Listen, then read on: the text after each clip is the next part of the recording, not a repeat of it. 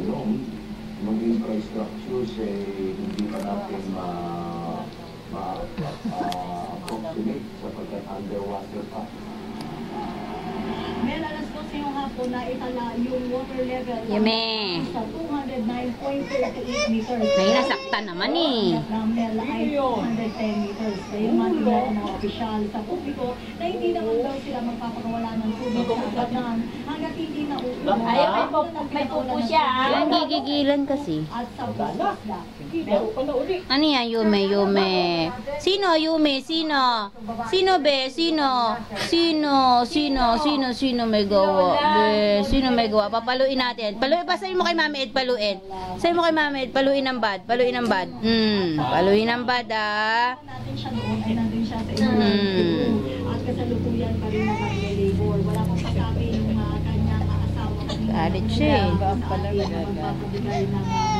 Halika na, dali. Halika dito. Halika na, tayo ka, tayo. Dali, tayo, baby. Tayo ang baby ko. Tayo ang baby ko. Dali, halika na. Si Lolay, si Lolay. Oh, ito Lolay, ha? Ikaw, Lolay. Ha? Miyak, oh. Miyak ang baby, no? Bakit? Naiinis na siya. Oh, halika na, dali. O baka tumama ka dyan, ha? Halika. Pero yung UST hindi pinapakita, no? Kanina, kahapon pa kasi yun eh. Oh, bad ka, Lola, ha? Bad ka. Nakaganti siya.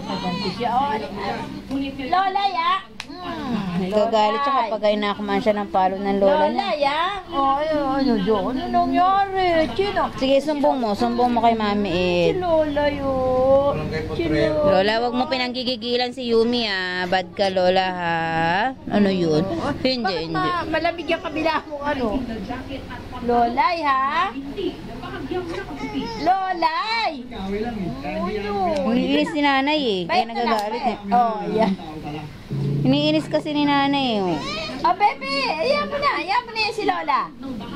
Ayan mo si Lola. Galit na natin yan si Lola. Oh, kiss mo na lang si Lola. Kiss si Lola. Kiss si Lola. Kiss. Kiss na lang si Lola. Ayaw. Sinong bad? Sinong bad, be? Sino? Halika na, hugas na tayo. Tapos ka naman magpupo eh. Lola eh.